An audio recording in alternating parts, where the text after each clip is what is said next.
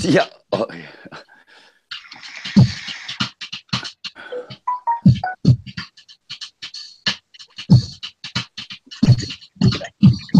Hey, Brett. Hey, Brett. Oh shit! Oh, My phone. looking down the street with a guy named T-Womb. He didn't know it, but he was a baboon. Oh, yeah, we were just rapping. Oh, Mikey missed the rapping. We were trying to fuck with everybody for. Are you guys live? Yeah, we are live, brother. Woo! It's awesome to hear Josh's you. Metal Mondays! Josh's Mental Nights! Metal Mondays are always my favorites because we used to do gigs in Austin, Texas on Metal Mondays at a place called Headhunters that guy John Taffer ran right into the ground. Oh, oh, Mikey's putting on blast right now. Although I love watching that show. So what's going on? Well, dude, I want to thank you too, though, man, for the killer promo you were doing all week for this. This is a big one. We're fucking stoked. Yup. We got the metal bean from the Philip L.H. and Selmo Illegals. I want to pronounce the band name right so nobody gets offended or alienated. What's going on, everybody? Pretty stoked to be here, be a part of all this, man. Pretty historic night tonight. Oh yeah, Mikey fucking paid me $46 to be on here live. Wait, that's I went behind your back and I did some deals outside. So if anybody calls in, they pay. That's fuck. Damn you. Yeah, we'll give everybody a heads up real quick. We're waiting for Max. He's calling in. So once he calls in, you guys want to ask him questions, fire him in the chat. We're not sure exactly how long he's going to stay on with us. So probably not going to be that long. We'll just warn everybody now. Probably I'm thinking 20 minutes. Unless he really we don't alienate. He's in the studio right now, so he's going to call from the studio. Oh, right on. And everybody needs to thank T-Womb. T-Womb is the man. He got this set up. And we're going to refrain from Sepultura questions that involve, any drama or whatever. Anything. We're just going to ignore Sepultura, even though that's going to be hard. We got to leave that out. You weren't supposed to say anything. The fuck we ain't. Yeah, being real here. I keep it 100. Oh, it's fucking. I got a ton of questions per Soulfly, per Nail Bomb, per Return to Roots. It's gonna be awesome, man. We got a ton of questions for all the projects and everything Max has been involved in, man. It's all the years. I can't wait to see that Nail Bomb tour. Dude's a fucking legend, man.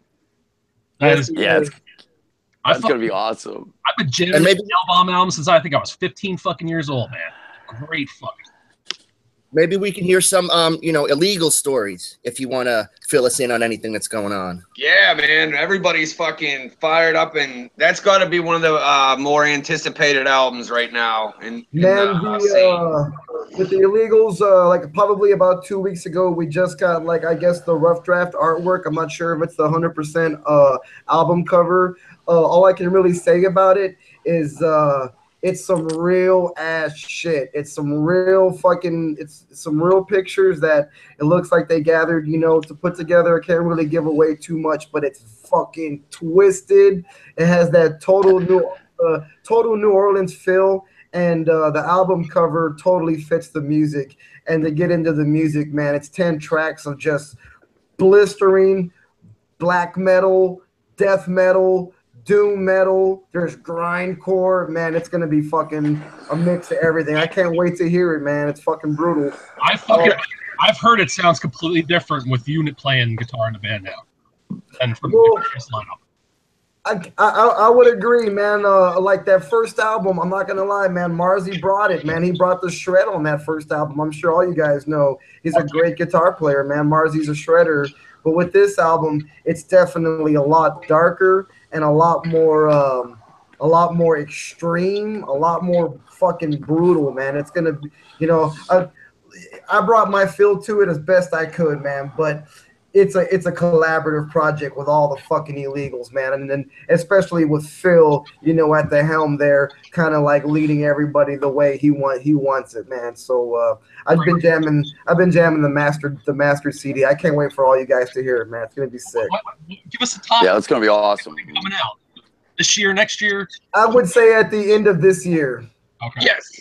I gotta ask you too, dude. This has got to be fucking eating you alive to fucking release this shit. Oh, dude, it is. Everybody's asking for it. Everybody wants to hear it, man. I wish I could just, play a song for you cats. Send them some Flesh Hoarder instead.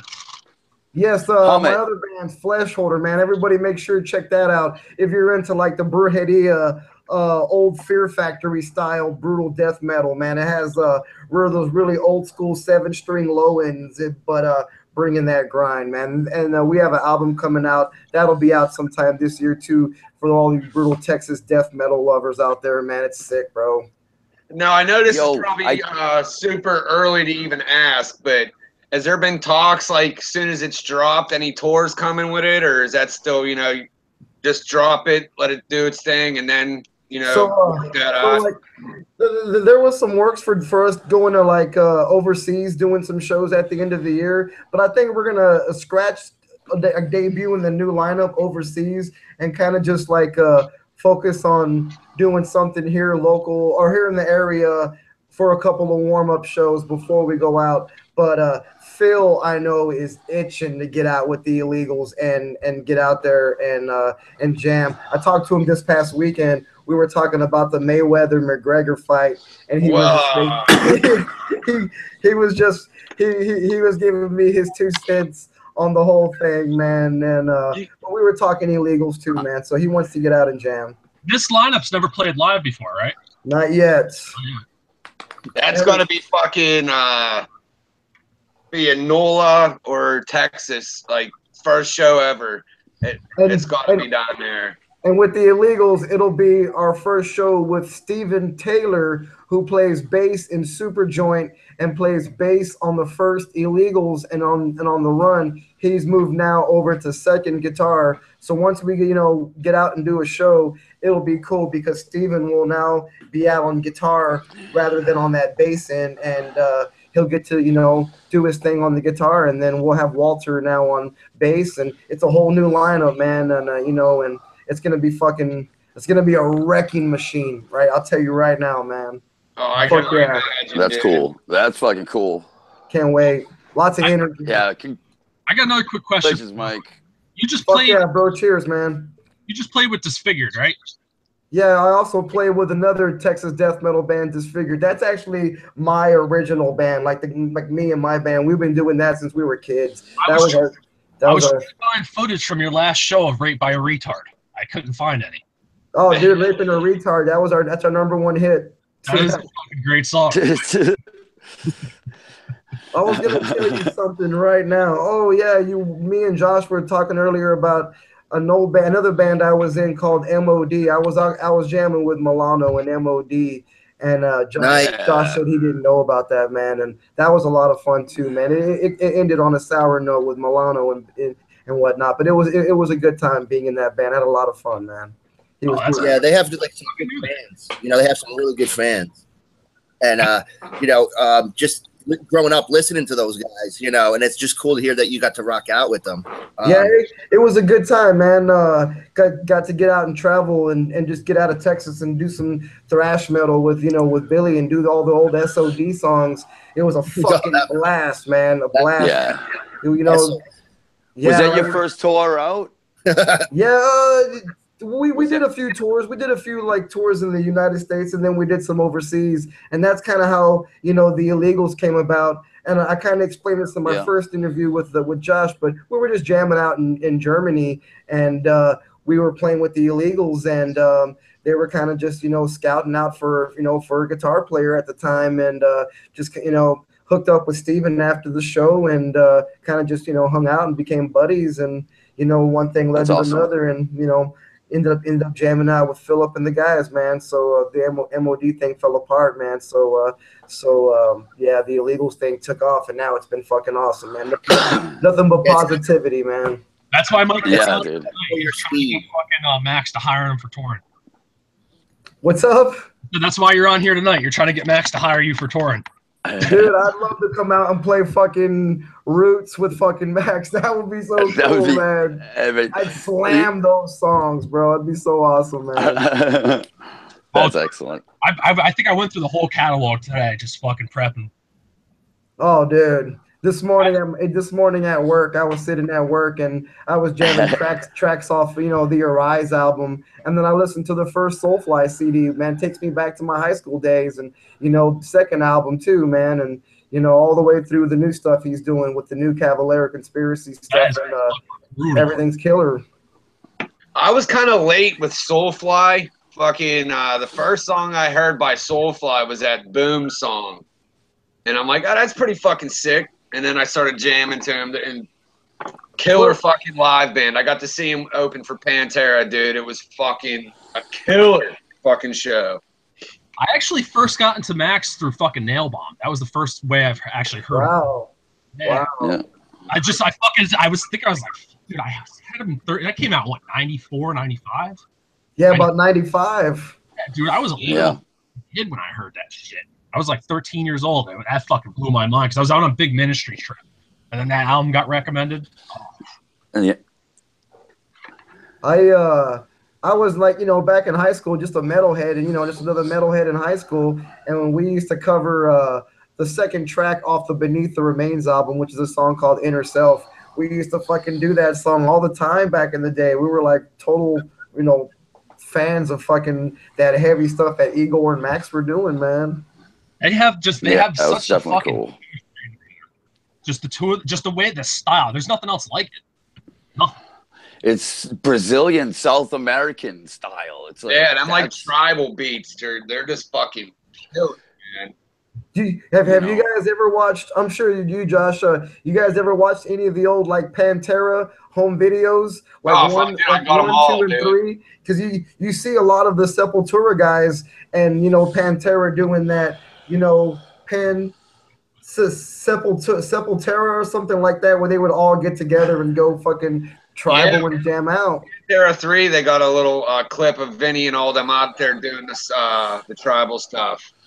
Yo, Mike, when I went out there, it was Biohazard, Sepultura, and Pantera, dude.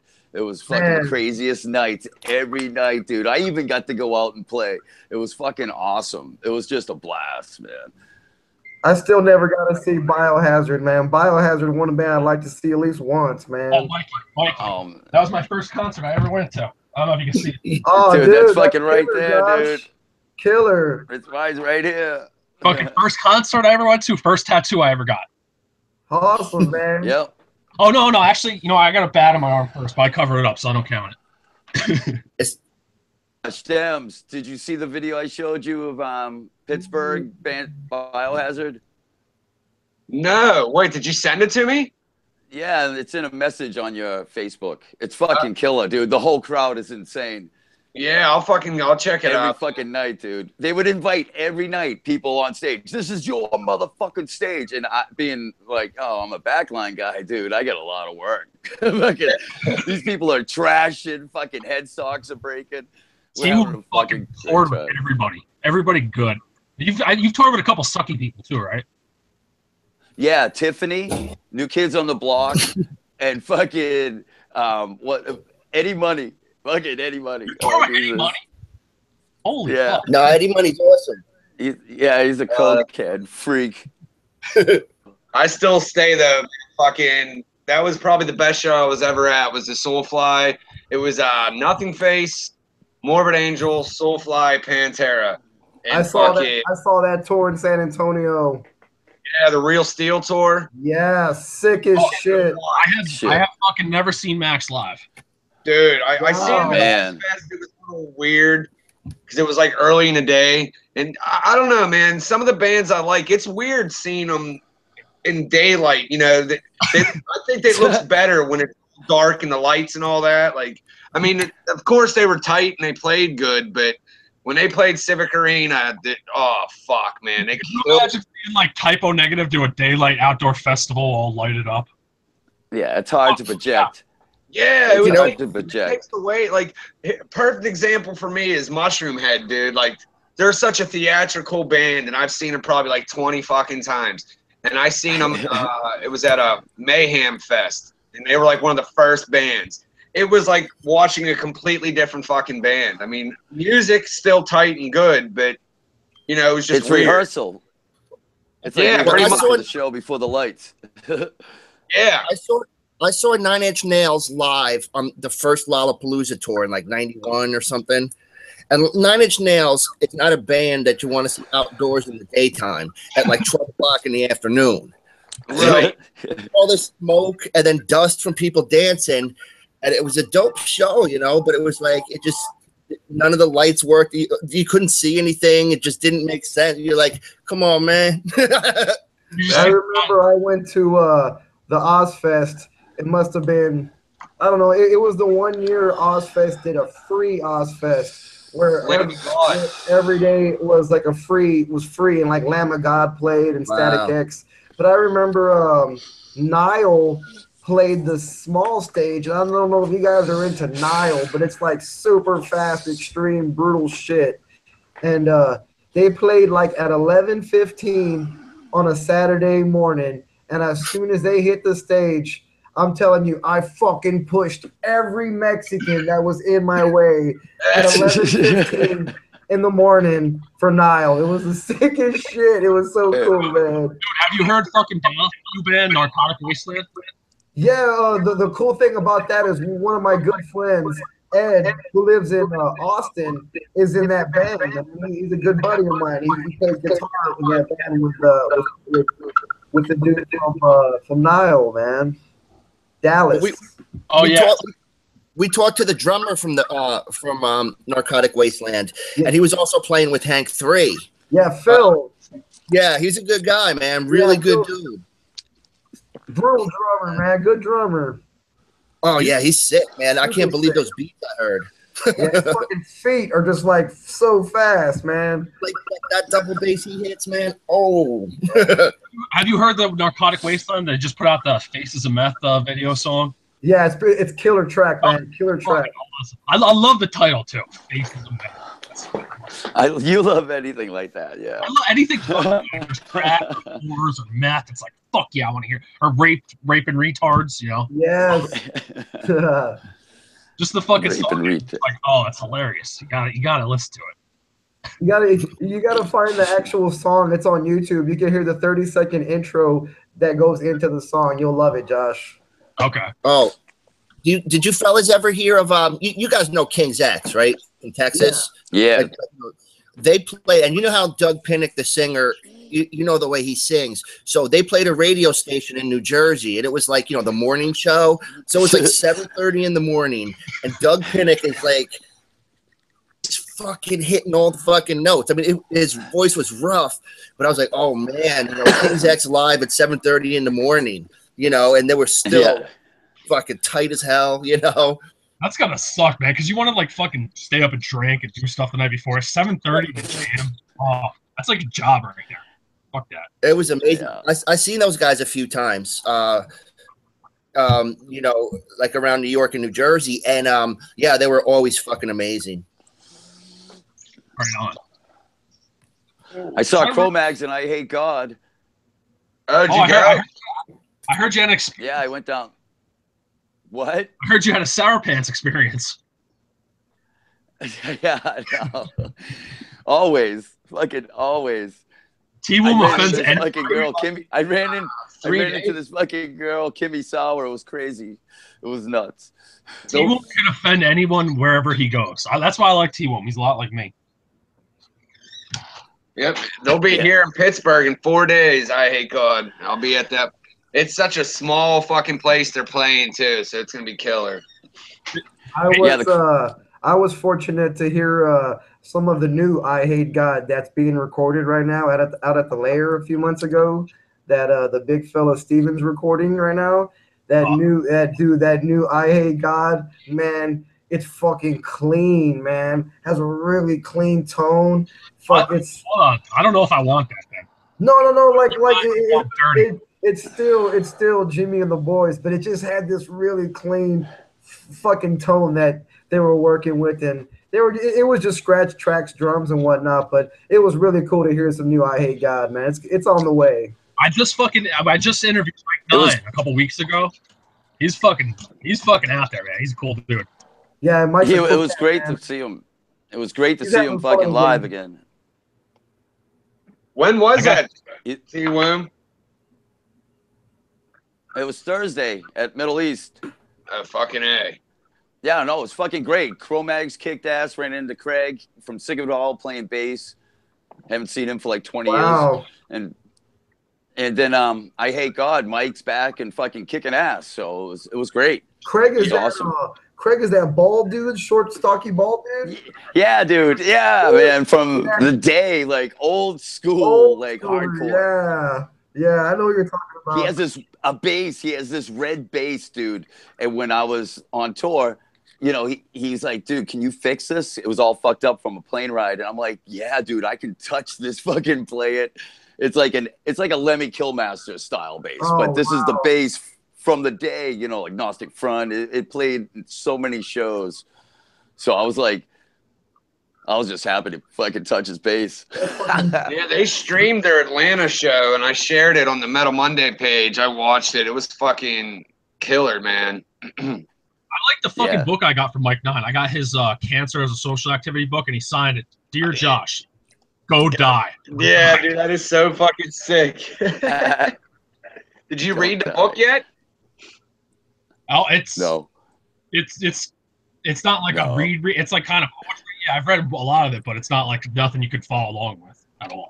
All right. I also got, it was a homemade picture because it's had Kodak on the back and the picture was fucked up, so it was developed, of two dogs banging. It was inside the book. Nice, dude. That's fucking awesome. I'm like, what the? That was the most interesting fucking package I've ever gotten. Yeah, I'm gonna fucking hopefully try to run into them at the show. Cause like I said, dude, it's like a fucking, might as well call it a VFW hall. I could because actually I never heard of the venue, and I drove by because it's pretty close to here, and I'm like, they're fucking playing here? Are you kidding me? It looks like it was an old Moose Lodge. Dude, they were fucking last tour. They played at some fucking nothing church in Philadelphia. Jeez. They play at these little spots, which is smart because they could draw a bigger fucking crowd. They pay less. They rent the VFW for what, $200? Charge $10 a head at the door. They're making money, you know. They play like a punk does. They play like, you know, that's like a punk tour. That's what you know. You know, you play VFW halls. You play like shitty fucking bars. You play, you know, whatever. Yeah, that's what I was gonna say. The last few times they came here, they played a bar. It's actually a biker bar, but the bar's closed down now. 31st Street Pub. They played there a couple times. My buddies in the Casualties used to play, like they'd go to Baltimore to play like a Lithuanian hall, you know, but they'd still money, like cash money, you know. I love those small venues, man. For me, those are the best. I prefer playing those little in-your-face, like small joints, rather than playing the big hall that fits like 1,000 and only like 200 or 300 folks show up. You know, let's put those 200 or 300 people in a small little room and see what happens. You know what I'm saying? Yeah. That's like when last time Down came to fucking Pittsburgh, dude, they played Alder Bar. And I was bullshitting with Jimmy Bauer. He even said, holy shit, this is small. And I'm like, yeah, someone's going to get killed in here tonight. And, dude, it was like fucking asshole to elbow, man. Like, they squeeze. There's steps that go up to a fucking, like, balcony. Even the steps were packed full of people, man. It was fucking insane. I saw Down one time inside this place in Austin, Texas. I hope Jimmy and the boys remember this show. I'm sure they do. But they played this little hole in the wall spot when War Beast actually played. It was called Dirty Dog Bar. It's on 6th Street in Austin, and it was a little small place, and it was like so overcrowded. It was so hard to get to anything, man. That's the good shows right there, man. Yeah. Walter Howard told us about Dirty Dogs. He said he likes that place. Yeah, it's a cool spot. A nice little spot there. A bunch of good bands play there. Cool spot. Right on. I'm going to the chat right now. Who's all in here? Well, what's up, everybody? Holy fuck, there's a lot of chat. Scroll all the way up there. I just see there's so many people in there just asking for guacamole for some reason. Probably because I'm here. I'm just fucking with you, bro. Hey, Mike, you ever go to Europe and in Germany and they have like these old Zeppelin halls, like where they used to build the Zeppelins, and you play them. There's like a second story, and then there's the middle, and they fill the fucking place. It's nuts. People jump from the balconies. Man, I've played Germany a few times, but never inside a Zeppelin hall. That'd be fucking killer, man. Yeah, dude. It's Now I remember when my mind went blank a second ago. I was going to ask you a question. Didn't I just see a video on fucking Facebook or something today with fucking you were on the side stage of a down show getting past a blunt? Oh, it was a big joint. Oh, yeah. This was at Las Vegas Psycho Fest last year, and it looked like somebody handed Philip a fat ass joint, and he was like looking for someone to pass it to, and he saw me standing side stage there, and he walked over and he passed it, and fucking looked like he's like, get that shit away from me. Yeah, dude, that was a fatty that night too, man. Were you guitar teching or something? What are you doing? Yeah, I was teching. Me and Steven, we flew out there to tech for Down at the Psycho Fest. It was an awesome time, man. It was real cool because Bobby, who used to tech for Down, who's now in Down, he was a real big help, man. He was showing me the way, and Bobby's an awesome guy. He techs for a lot of bands, man, and besides playing in Honky and playing in Down, man, Bobby's an awesome cat. So he was helping me tech. He was helping me out that night, man. Once you become like Dave Mustaine, you gotta let me tech for you, okay? Okay, man, you got it, Josh. Yeah. Print guitars, I would be the best tech ever. I can, dude. I'll bring a printer on the road with me. Something really fucks up, we could just print that shit right back into place. That's what I'm doing. It'd be cool if you can print me some strings. Ooh, that's a hard. Actually, it would be possible. It would be possible if you want to spend the money and buy the machine. It would be possible. You should be the first guy to start 3D printing strings and start your own company and see how that goes. I don't know if you can see. We got a body on there now. Oh, the fucking fans! Yeah, you can't see it. We got a nice body on there now. I see that. It gets silly. I don't know why. I like to make things silly. Stephen Taylor from the Illegals, at his house, he has this gigantic machine to cut like wood and does all sorts of cool stuff. Josh, you and him get together and have a blast building all sorts of cool shit. Oh, dude, I've spent hours on the phone with him about his 3D printer.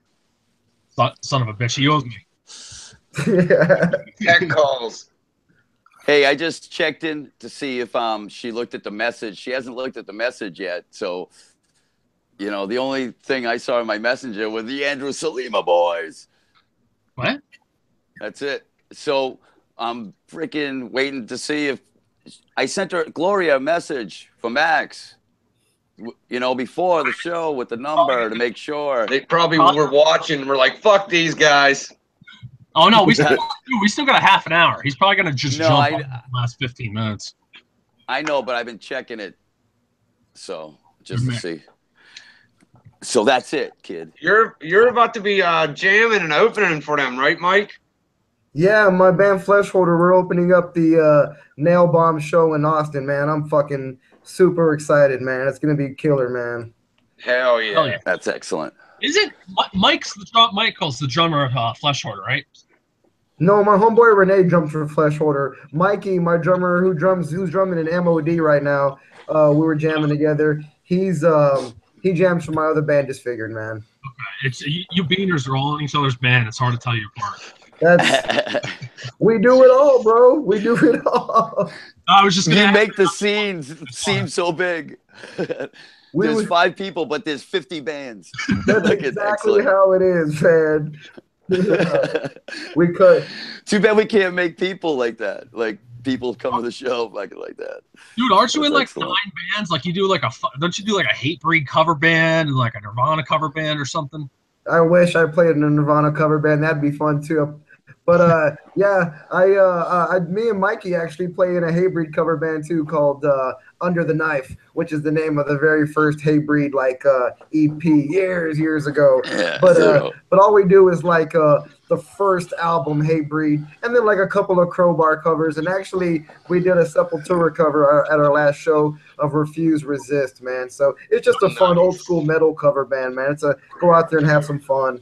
You see Hatebreed's doing the best Satisfaction 20 years. It's Satisfaction is Death's a Desire tour and Perseverance. They're going on tour now for that. Are any of you guys here Hatebreed fans? I can jam out to some Hatebreed. Dude, they're going. I like them. They're on that 20-year tour. It's coming up. They just announced they're coming to the Chance. To the Chance. My favorite place to see Hatebreed is in San Antonio because once again, the San Antonio Mexicans, they go crazy for Hatebreed in the mosh pits. So it's always good seeing Hatebreed in San Antonio or any band for that reason because those people, man, those Mexicans out there, they love the metal in San Antonio, man. Killer. That's awesome. They make some of the like most killer fucking breakdowns too, man. Like they're one of the bands I was saying, even if you're not really into them, if you can't feel some of their fucking breaks, dude, there's something wrong. Yeah, man, they got those heavy fucking breakdowns, man. Just make you want to just punch the fuck out of the person next to you. Yeah. There was a fight with fucking like 9 people. Fucking the whole club was packed, like literally bodies packed in there like fucking sardines. I'm standing in front of the old lady, and they're just coming out from behind, like just rumbling. I thought they were gonna fucking knock into it, but they just get shoved down the stairs and out the door. Oh, it's fucking awesome. My little brother and I went to see Hatebreed one time in San Antonio, nonetheless. This was probably like in 05, 06, and he got in the mosh pit, and he got his big toenail on his toe, his big toe. His nail got ripped right off in the mosh pit. And we had to like hold him, one person on one side and one on the other side, all the way to the car that night because his toenail was gone, bro. The worst. Oh, yeah. You had to fucking bring him to the car. He's a No, like at the end of the night. I take my toenail off and I rip it out myself. Dude, God. You just dunk it in lacquer thinner and then rip it off. Dude, that'll be a good burning sensation. Like, because I've had logs. Crazy glue. I like to work outside, so you get logs that they fall on your feet, and what you do, you huff some fucking paint thinner or some just paint, like spray paint. Big fucking whiff of that shit. You're good. T-Woom would just glue you up Oh, and God. get back on stage. He'd fill you with crazy glue and say, get the fuck back on stage. Yeah. No, crazy glue, that's been done a million times, man. Bobby and them, they used to get really brutal and like people bash into them and stuff. And, you know, their face gets hit and the microphone, everything you can imagine. Super glue, bam, you're gone. Go. I would fucking just go the old school route and duct tape it. Yeah. Yeah, that too. Duct tape and go for it. How about coffee beans in it? I actually worked with a lot of Ecuadorian guys that when they cut themselves, they put coffee beans in it and then wrap it. I've never heard that before. Oh, no, it's not coffee beans. That's ground nuts, coffee. dude. Ground coffee. No. Dude, Are you gonna put that on your? Are you gonna put that on your rider? Like when you play, is that gonna be on your rider? Like you need that so in case you get like a nick or something, you can rub your fucking coffee in there. Oh, man. I would burn like a motherfucker. Dude, even the super glow, fuck. Oh, I would never do that. Dude, I would think Stevie the coffee under your skin after a little bit, you probably start smelling like coffee. Dude, No, check it out. These Ecuadorian No, check it out. They cut themselves. They put fucking coffee, powdered, ground. After when you ground the beans, they put it in there and wrap them up. I don't know why. I guess to soak it up. It's fucking weird. Dude. Yeah, Dude, my son was 7 years old jumping on the bed and he hit his nose right on the edge of the windowsill and it cut the whole tip of his nose off. So it was just hanging there. So he comes downstairs and he's like, whoa, Dad. I'm like, oh, man, push that back up. They fucking glued it, dude. They glued it back up. That what was do you think glue is for? he threw up too. Like he had like 7 tacos that night. And he threw it all up. And come on. And the nurse was yelling at him like, "How many tacos did you eat?" And he's like, my nose. Oh, the show was spiraling out of control. Yeah, it was awesome. It was a great parent night. Oh shit! You guys see Black Dahlia Murder? They're coming out a new album and doing a new tour. Not a fan. No. You're not a fan. Oh, I love Black Dahlia I Murder. love Suffocation. They're on the tour. Black Dahlia Murder. The first time I saw them, right when their first album came out, on Hollowed or whatever it's called, I was fucking like 18 years old, and me and my fucking wife or girlfriend at the time, we got high as fucking OxyContin and went and saw them play the whole record straight in a club with like 50 people. Greatest show I've ever seen in my life. Yeah, well, if you weren't like on the OxyContin, because I mean, the greatest show I ever saw was the Black Crowes because I was on acid. But you know, was it really the greatest? No. Or was it just because I was like tripping on acid? But actually, the Nirvana show that I was tripping on acid for was better than that, because it was in a fucking parking garage in New York City on the In Utero tour, and just everything just echoed, and even Kurt was like, "Yeah, it probably sounds real great out there," because it was a fucking literally a parking garage, and you got Nirvana. Yeah. And but you know, being on 2 hits of acid was super cool, and it was like, wow, man, that's cool. And then like, I don't know, 2 weeks later, the dude got murked. I like what you're saying. Like, I think the show would have been just as great even if I wasn't on drugs. But the fact is, I was on drugs, and I remember it. But I might have made it extra special. But that fucking that album is ingrained in my fucking mind. I blast it. It makes me fucking want to. I love that album. Even like, I guess there's a couple of the releases like Miasma wasn't that great of an album. It was lacking in my opinion. Nocturnal I thought was fucking awesome. I thought that was really I saw Black Dahlia back in the early days too, when they were on tour with Cannibal Corpse, Right fucking years ago, when the original lineup shit, and they were good. They were a fucking great live band. Just could never get into the music. It was just never my thing. I was there for Cannibal Corpse. Dude, it's probably one of my favorite Corpse songs. That fucking the way he screams that shit. Oh man, I got to see Corpse once, and it was pretty fucking badass. Actually, when you were talking about Nile earlier, that was the first death metal like show I ever seen live. It was them and Napalm Death, and I was like, holy fuck, it's crazy. Love Napalm Death. Yeah, man, it was in this tiny ass club too. And the fucking place went insane, dude. It was awesome. Nile Circle Pit was fucking crazy. I believe it. How about what do you guys think about the Corrosion of Conformity and Danzig tour? I would love to see that. Oh, I would love to see that too, man. I got my tickets. The venue's like fucking 46 minutes away. I jammed some Danzig on the regular, man. First few albums are the best, man. Oh, come on, I love that Danzig stuff. See, where he's playing, I live the next town over. That's where I used to, live. So I could have just like taken me like a little ride with someone, been all blazed, laughed and made fun of you. Got to see Danzig and Corrosion of Conformity, which I seen open up for Motorhead once, and then gone home and had been on my merry way. But no, I live in Delaware now. Dude, yeah, boss, and come to the show. It's a good show. Okay. So I go take the train. Yeah, there's trains, buses, trains, whatever you. There's got to be a bicycle. You got a bike?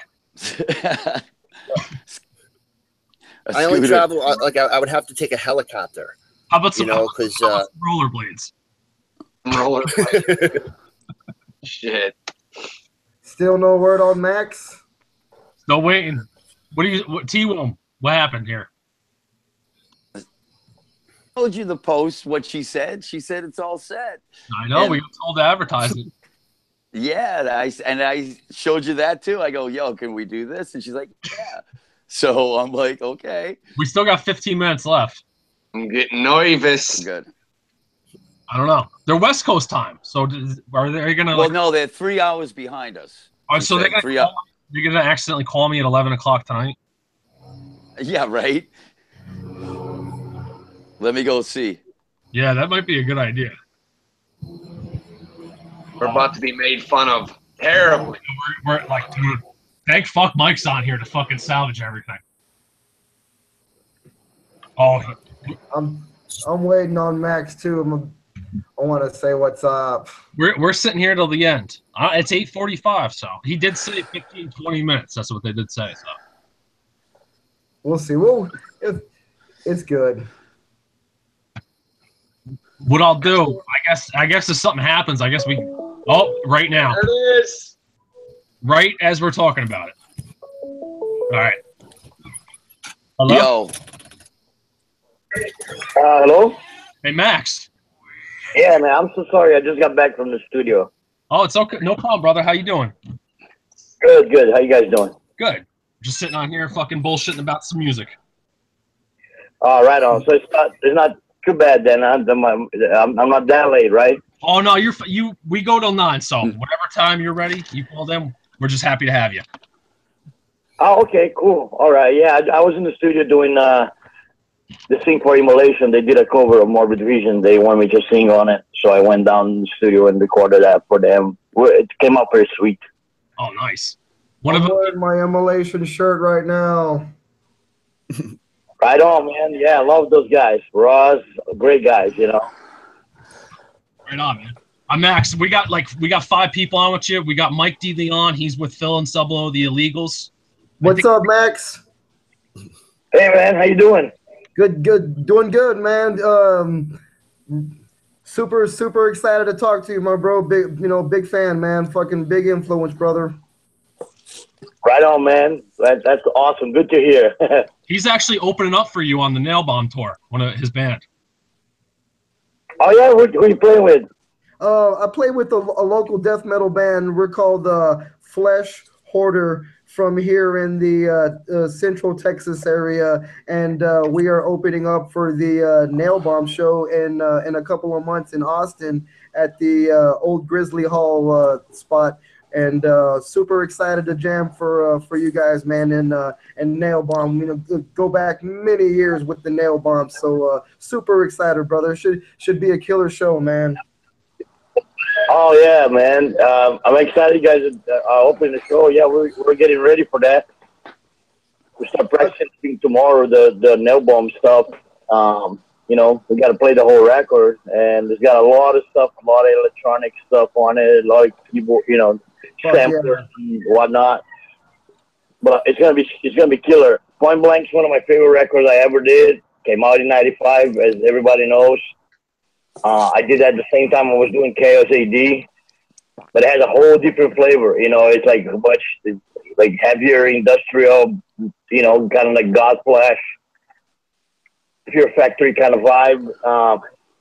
So I'm very excited. I think it's going to be a great tour, man. I can't wait for that to start. How long has it been since you've jammed those songs? What's that? How long has it been since you jammed those songs live?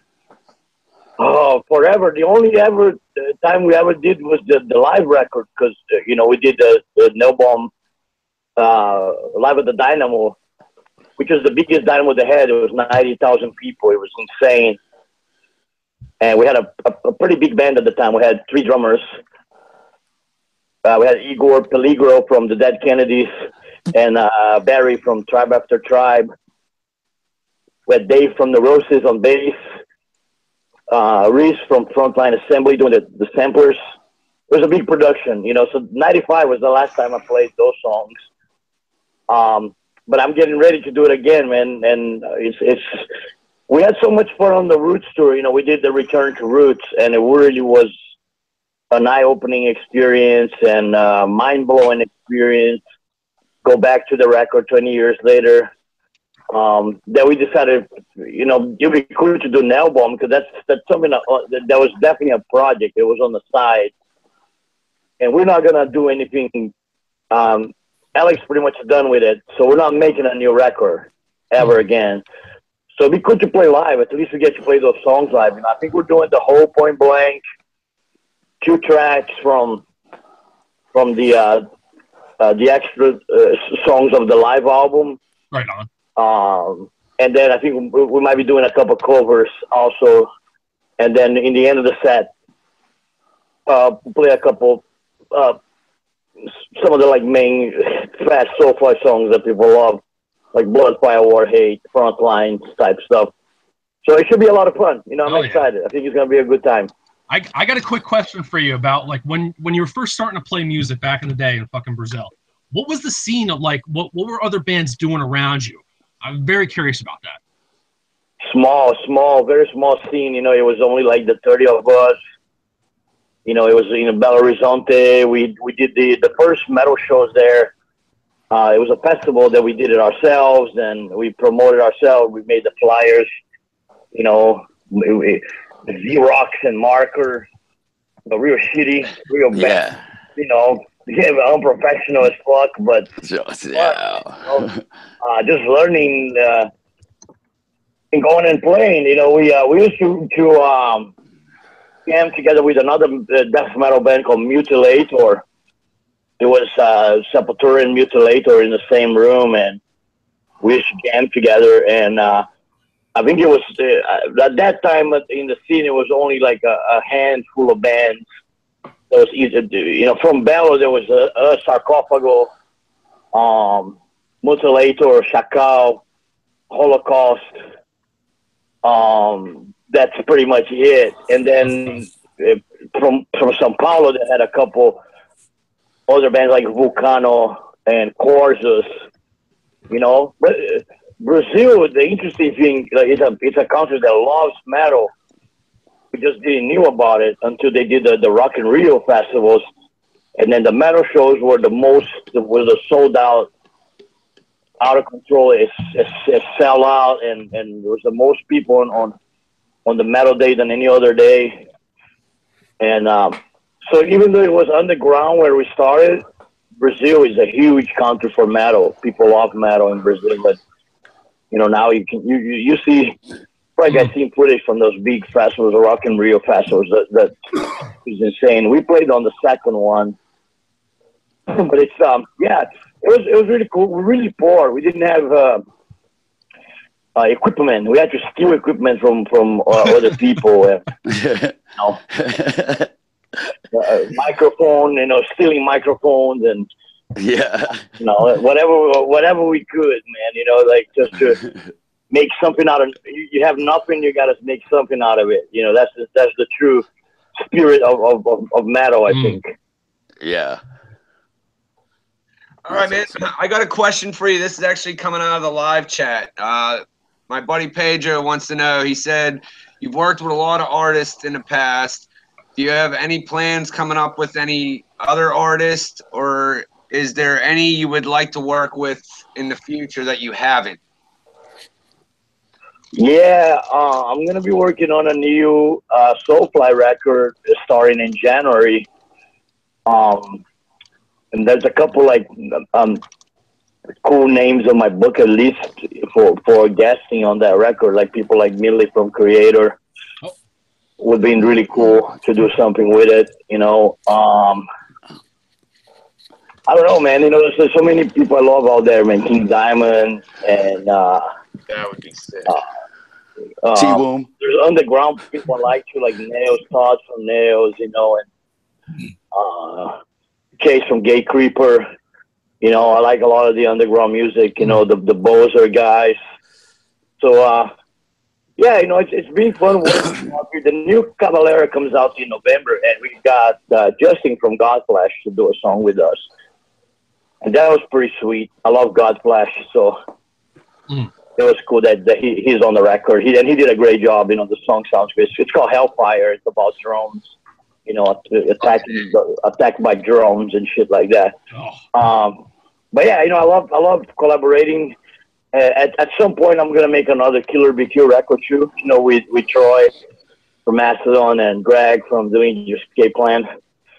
That's gonna be later in the year. I got to get through the Soulfly record first. That's next year, because next year is 20 years since the first Soulfly came out. Wow, which is crazy. 20 years already out of, you know. Wow, that's crazy. 20 years from that record, you know, that blows my mind. Soulfly was a huge chunk of my team fucking playlist. Oh, great, man. Right on. Hell yeah. So, Max, This is TK, Bobby Hamble's guitar tech from the day. And I just talked to Bobby yesterday, and he sends his love, and hope everything's great. And I want to know, Max, have you got your kids running around the front yard with a Brazilian flag every day you guys watch the soccer game? Or Yeah, my kids are pretty much into a lot of sports. You know, like on the World Cups, we watch Brazil, of course. You know, especially when it's World Cup time. That's the most exciting. It's only every 4 years. you guys are crazy, man. Like we like American football too, and we live in Arizona, so a lot of my family they're like the Cardinals. But I end up being a Detroit Lions fan. That's my team, and Yeah. don't win a lot, but I like the team. You know, I'm a big fan. I watch all the, you know, and it's fun, man. You know, it's like I love when music and when metal and sports mix. That's why I like a lot of the times in Europe. I wear a lot of soccer shirts when we play live. Yeah. You guys were very passionate about your football. Football. Is that Well, Bobby soccer. Hazard? Yeah, Bobby Biohazard. You got it, kid. Awesome, man. Yeah, give him a big hug, man. Yeah, dude. Me and him were doing a little side project. Him, Johnny Kelly, and Christian from Creator. And we're pretty excited to get that out. So keep an eye out for that. And T, what's he doing now? What's his other project? What was that? What's Bobby doing right now? Yeah, I got two people talking at once. What? I was just gonna say, like, what's Bobby doing right now, so you can tell Max what he's Oh, Bobby, you know, well, the Biohazard's kind of on side right now, but essentially he's got a bunch of stuff he's been writing, and it's killer stuff. He played me some of it. It's his own stuff, and you know, it hasn't really got any vocals or texture like that, but the tracks, the rhythm is really cool. So I'm excited. But power flow, sir. Power flow. Yeah, it's funny. I was jamming. We drove to California the other day. I did a thing for Revolver there about Battle Vest. And on the way, I had like playing my favorite metal. I was like the DJ in the car, you know, and Gloria was with me. And I played her State of the World Address, man. That's a great fucking record, man. Oh my God, that sounds. Everybody should go listen to that record right now. It sounds better, even better now than it was. You know. Yeah, some of it is really cool. Yeah, I love it, man. Discipline too. Urban Discipline is a masterpiece, man. I love those old Biohazard records. That stuff is great. Man. Hey Max. Yeah. This is Mike from the Illegals. I have a question for you, man. I was jamming the Nail Bomb album earlier today at work, and one of my favorite tracks from that Nail Bomb CD is a song called 24-Hour Bullshit, and I cannot wait to hear you guys play that song. But I wanted just to know where that came from, like what you went through to write the words and the meaning behind 24-Hour Bullshit, man. One of my favorite tracks, man. Yeah, that one had Dino from Fear Factory. He was our gas guitar. I always love Dino's guitar, especially the early. Yeah. You know, I'm a big fan of the early Brujeria stuff that Dino did, you know. Peter Wilson, that's a great song. So the riff is kind of like that. It's Dino's riff, and it's killer. And so we did it together. Dino came and did the riffs for us. The idea is just me and Alex, because me and Alex, we thought about the whole record.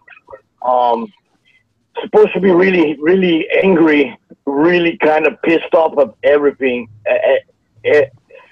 everywhere, everything.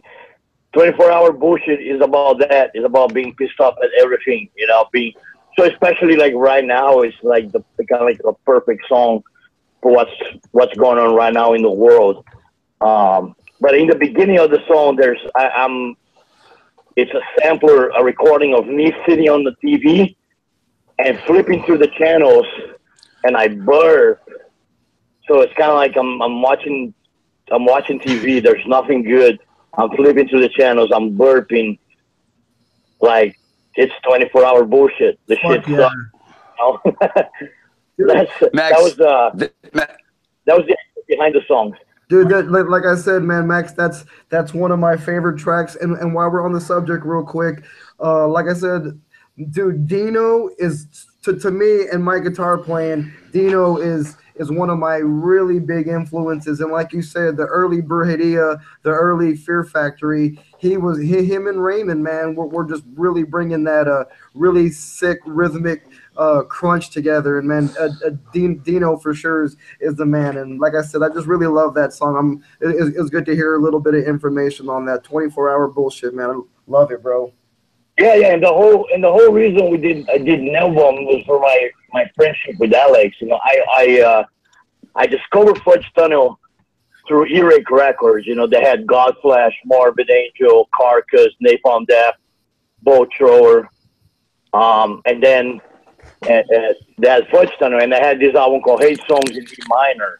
Now, this record is a pure classic gem. This thing is amazing. It's so heavy.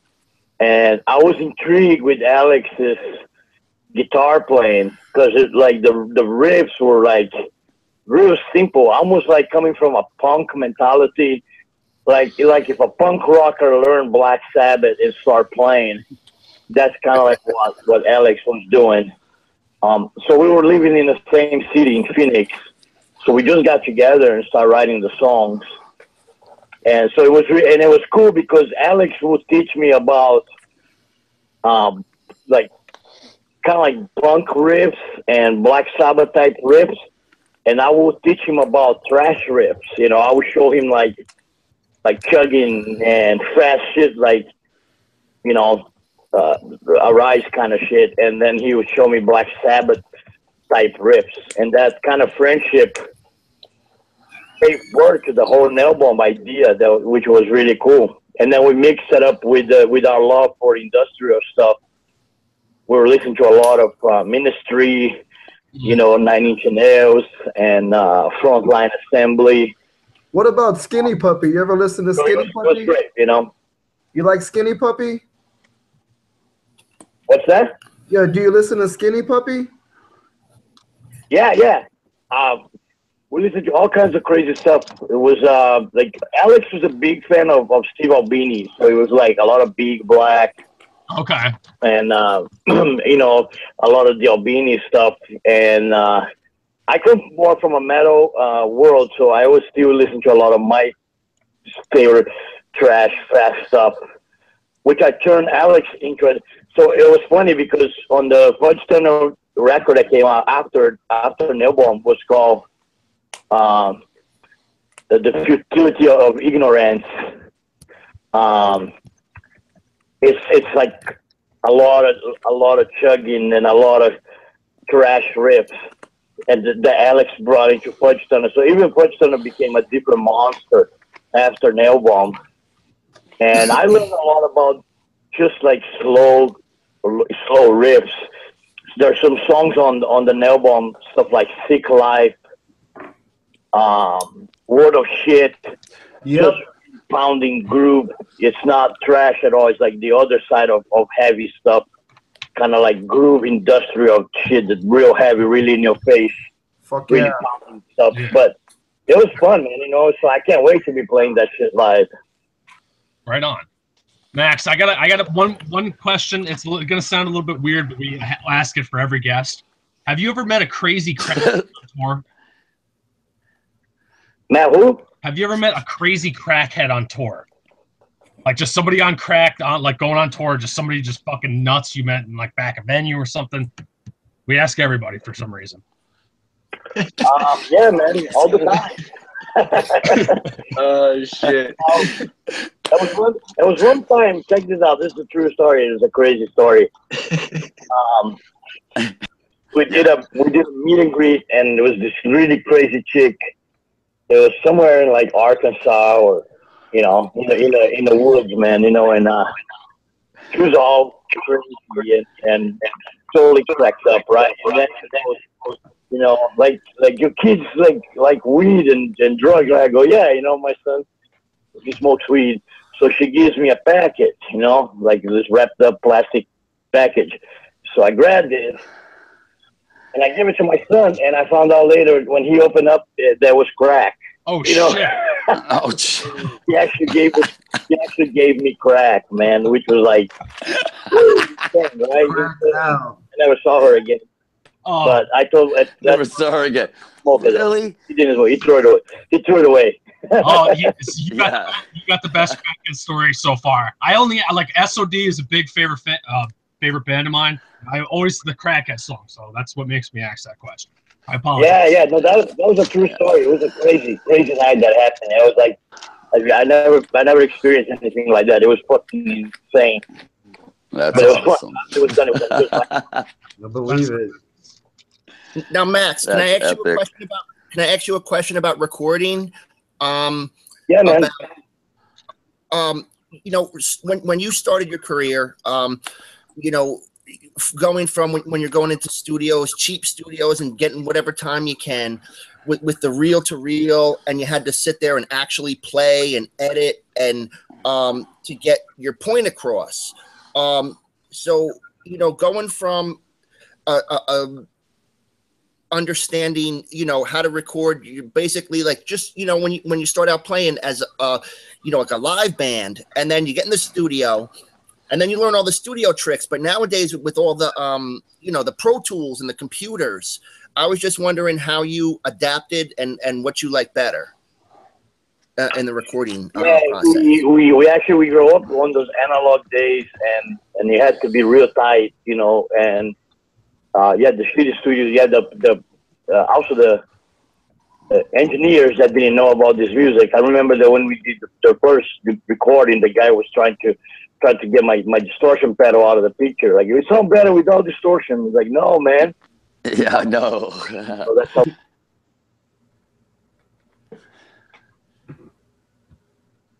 I have very little on Pro Tools still today. I like to play my riffs. I don't mind doing it all over again, even though the engineer's like, we got it, you know, just go ahead and we can just double this. And I rather just play it again. And I think it gives it more character too if you play it, because you're never going to play exactly the same. You always tweak a little bit, play a note a little different, you know, do a bending on a string. And those are the things that give character, you know. So I don't know. I don't rely much on Pro Tools. Even today, we use it to make our record, like the Cavalera record, the Soulfly records. We use it, but we don't rely on it, you know. It's for everything, for vocals, for riff. I think it's more like kind of like, I think the producers, they take advantage more for like, it'd be easier for them to like cut parts of songs, and if you don't like a chorus, you get rid of the chorus, and that makes it real easy on Pro Tools. You just, you know, press a button, the chorus disappear. I myself, I prefer to play everything. I don't mind, man. I'm kind of like the boot camp. Like I like to put the whole band into boot camp. You know, when we enter the studio, everybody's got to be ready and tight, and you got to be ready to play. Can I? You know, because I believe if you can't play it in the studio, you won't be able to play it live. So you have to do it on both. You got to do it on the studio, and you got to do it live. You know, so it's like everybody can make a fake album sound great, and don't worry about playing live. At some point, they'll catch you. You know, he'll catch you. You know, and people will see that you're bullshit. You bullshit them. You know, so I try to be as. That's why I like a lot of practice. I go to practice a lot. I still jam a lot. I'll be jamming with my sons a lot on the nail bomb. You know, Zion's playing drums for the nail bomb thing, and so yeah, you know, I think just got to be ready. You know, I don't mind the boot camp. I don't mind the work. I actually like producers that also don't rely much on Pro Tools and don't mind doing all the extra stuff, even if you don't have to. You know. Can I ask you about the rig you're playing, like your setup right now, guitar amp setup? Yeah, right now it's very simple. I'm using PV, the 65. My Reaper guitars, they just made me a new one, ESP. It's really cool. It's digital camo, black and white and gray. That. Beaching. That's awesome. Yeah, that's awesome. Yeah, I saw that the other day. And then pedals, I just have a Ottawa. It's a Boss Ottawa and a flanger, and I only use that for just a couple of little tribal parts, especially on the Soulfly shows. Most of the tones coming direct from the PV. I love PV, man. They make now the 65 on the small. You can put it in your backpack and you can carry. Those things are amazing, man. You can just put it in your backpack and take it to Europe, you know. And so they figure out a way to have the same power of the big amp on a little amp that you can just take it around with you in your backpack. It's insane. It's really, really cool. So yeah, Max, that's pretty much what I'm using today. Creator uses Kepler. And what's that? And they're like headphones. I do love headphones. Yeah. Yeah, I mean, but their amps aren't even amps on the stage. It goes like directly to a line input, and then they get it in their monitors, in their headphone monitors. It's like a rack amp, but every guitar sound from every album, like Coma Souls or whatever it would be, you know, it models it, and they just click. It's like phenomenal, but I need to feel it. Yeah, we use amps too. We use cabinets, and I like the old setup. You know, old school. Gotta have the amps on the stage. Yeah. Gotta have the cabinets on the stage. Gotta have the amps on the stage, real loud. I don't use in monitors, none of that shit. Especially because I get wet anyway, and you'll probably just get ruined. But yeah, and the 65. Yeah. Right on. Hey Max, I'm getting. You guys got one more question? I'm about to head out right now. Okay. Hey Max, real quick. This is Mike again from Philip at Philip's Band, The Illegals. I just have a quick question, real fast. Jamming with Philip has been an awesome time jamming with him and learning a lot from him. Do you have maybe a real quick, like maybe a funny story, you know, from y'all's past of you and Philip and maybe Dimebag or something, just something you'd like to share, you know, from the past or something from the old days, man? That'd be awesome. Yeah, I love those guys, you know, all of them. You know, we had great times on those tours. You know, I just saw Phil actually recently. It was about maybe a month and a half ago. Here in Phoenix, he came down, and it was a great show. It was great seeing him, and he looks like he's great, you know, doing really good after all that bullshit, you know, that whole crap that he went through. Yeah, I'm definitely. really glad it's all over and it's out of the way. A funny story, yeah, man, I mean, like fucking Dimebag, right? Always trying to get the black tooth in the morning, you know? He actually... It was really cool that he remembered my birthday on one of the tours, and he gave me this really crazy-looking camouflage pants. They look like new wave colors. They're like bright green, like green and yellow. I was like Brazilian colors a little bit, but I remember when he gave it to me, he goes, "Hey Max, you know, here's a pair of camos. I know they look new wave, but I thought of you when I saw them, and you know, here's a present, brother. You know, so." It's cool, man. Like musicians like that know your birthday, and when you go on tour with them, they know that special day. Yeah. So I had those pants, man, That's forever. awesome. I'll treasure them forever, you know. And those guys were all great guys, all of them. You know, I love all of them individually, and yeah, I'm so glad that you know all of them are doing something. I'm busy with their own bands, and yeah, man, you know, it's like hopefully we'll see each other in the future. Steel is actually one of the guys I would like to do something. I would like to game on something on one of my records at some point. It'd be a cool guest to have. That'd be cool. So much story. We share a lot of the same story. We grew up, came up on about at the same time, Sepultura and Pantera, and we're both influential in the scene. So I think something up between me and him would have come out extremely crazy and out of control. Cool. Max, one of the days that happened, you know. Right yo, on. Max. Max, I want to say thanks, buddy, for coming on, dude. Definitely, thank you. Yeah, You know, really appreciate it. And I hope I'll catch all you guys during the Nail Bomb tour, huh? You fucking will. You're right, man.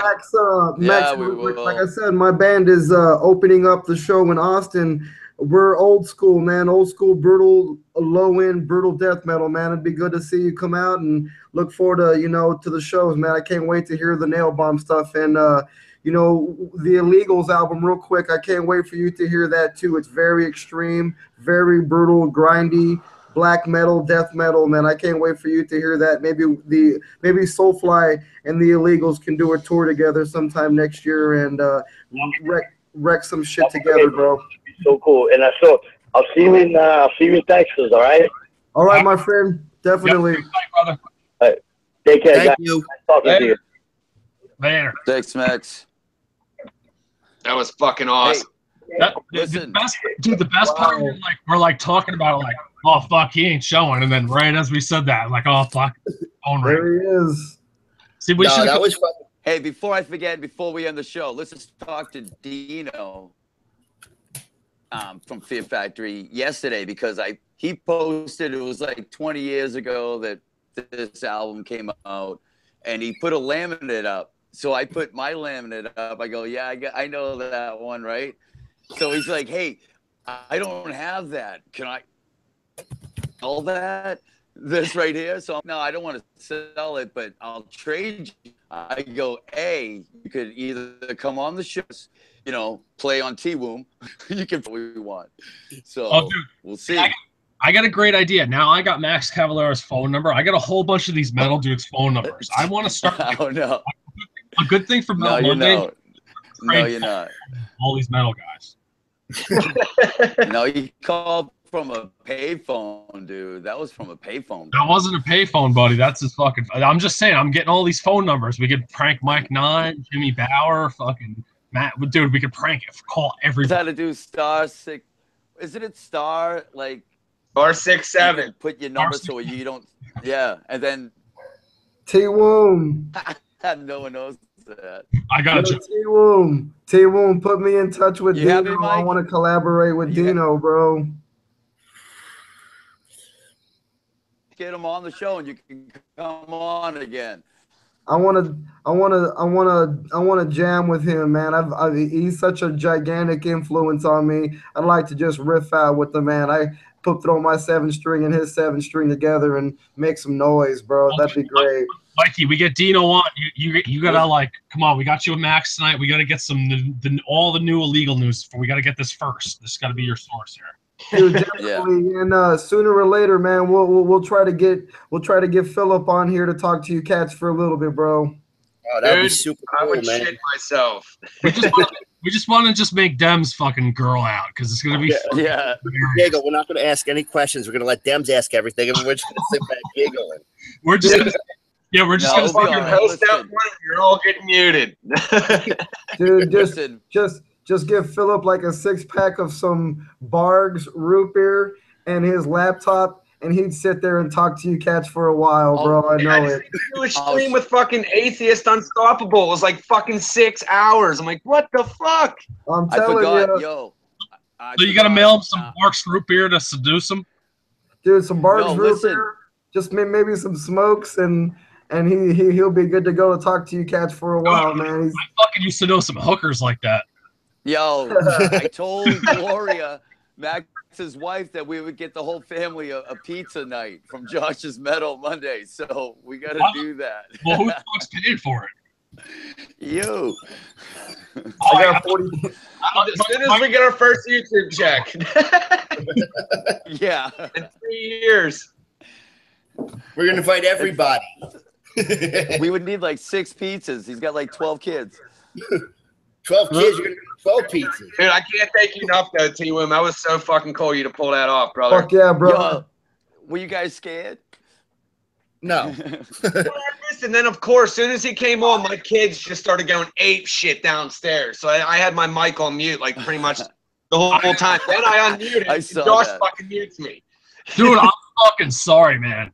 Oh, like I That's fucking cool, left dude. you on mute. Like I'm drinking, and I fucking forgot that I left you on mute for a minute because your mic was out. Nah, dude, I actually really didn't have nothing to say. I mean, luckily, he was a good, he talked. It wasn't one of them weird That was ones. good. It was real cool, man. Yeah. Oh fuck yeah. Because we've had people come on, they're cool, but, it's more of, yeah, no. And then you're like, Okay. Excellent. I like that. Yeah. I just think we had a good vibe going. We weren't being stupid, Yeah, No, I know, knew the crack, Give us a half the hour. crack question was coming. He was Oh, I sitting there. didn't You were get the sitting there crack like question. you were warming up. You're like this. Oh yeah, it's coming. You saw it? Actually Talking responded about good to that. crack That was dick. cool. I was about to start fucking giggling because I wanted to ask the crackhead question, and I just I know. hold my fucking. You couldn't wait. Well, hopefully we didn't alienate anyone. So fuck it.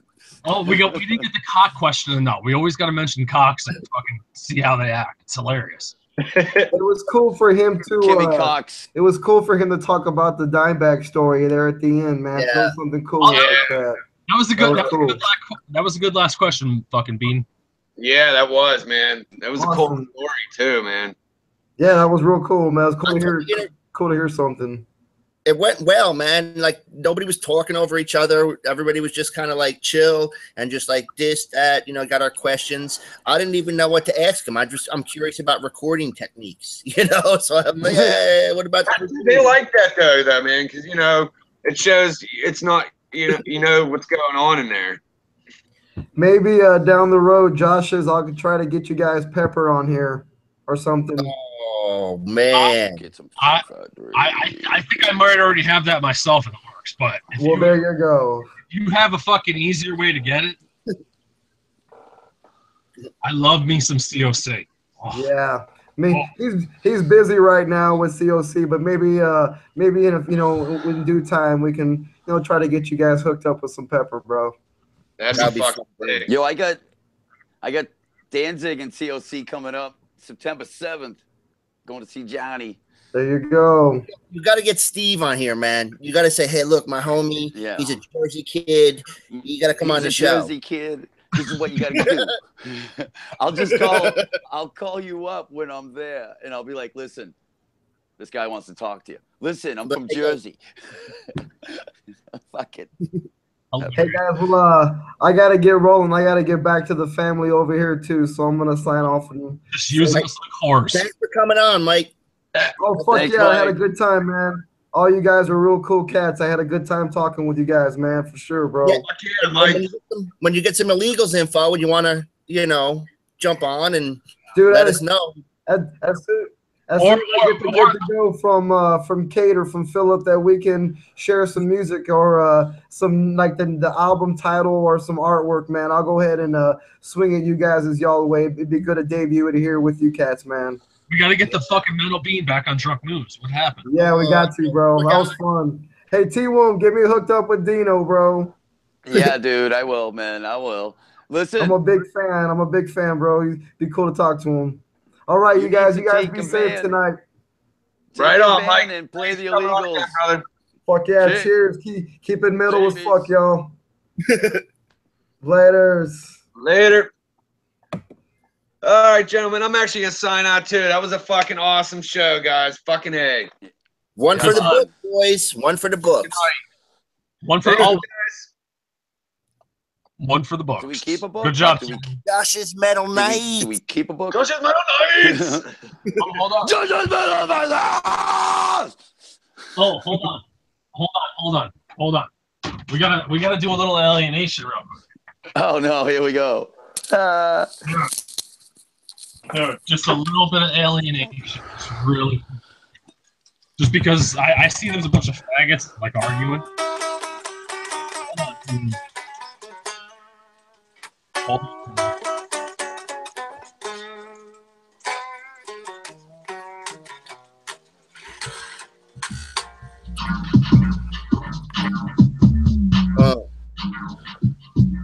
Hold on. Yo, my face ain't funny, but I live in it. Tell me. Oh, yo, it's time to fucking ruin the show. You tuned in for a super rock star, and now we about to flow. We got Josh up in the mountains, New York City style. We got T-Room up in Hampshire. He's fucking keeping it down. We got fucking Joker down in Delaware. And oh, my mind is blown because who the fuck gives a fuck about Delaware, a state nobody ever known. That's how it goes. That's how How it goes. How it goes. How it goes. Hold on, hold on. We gotta fuck with that a little bit. What the fuck?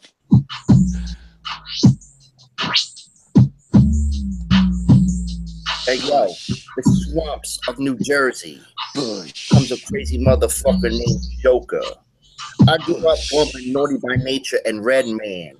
You run E and Fat Boys and the Wu-Tang Clan. Who you think you listening to? Some motherfucker who grew up not listening to the Wu, listening to some... Yo, I'll stick a poker in your ass. I'll fetus position you. He's all fetal and shit. And then we fade out. Fetal and... All right, yeah. Fade that out. All right. I have to say, yeah, so maybe we can get best Josh Smell Monday ever. Especially with the ending, just the best one ever. Greatest of all time, man. The GOAT, yeah. Greatest of all time, son. I don't think we can get any better. You know? No, I think we're off now. Are we off? It says live. No, we're fucking still on. We're still on. We're still rocking. Still on. Usually I wait for Joker Fist to jump off, then me and T will have a special moment. Okay, have your special moment. I gotta fucking take a piss and. Oh, okay. Here, T Will, I got something special for you, real quick, buddy. Hey, shout out to the Slima brothers. Bam. I got something special and everyone for you. else. T-Woom in the house. T-Woom, see, look what the gift fiddle pick I'm using is right now. All right, so that's it. Okay.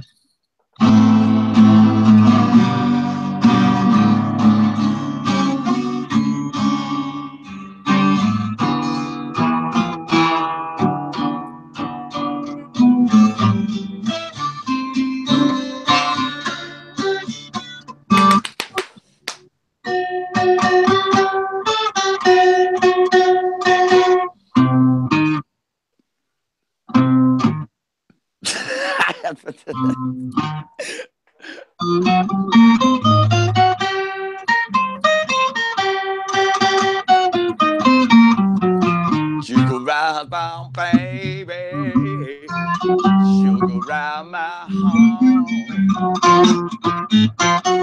and babe, she done raped me. Good night. I just went into a whole mode change right there, dude.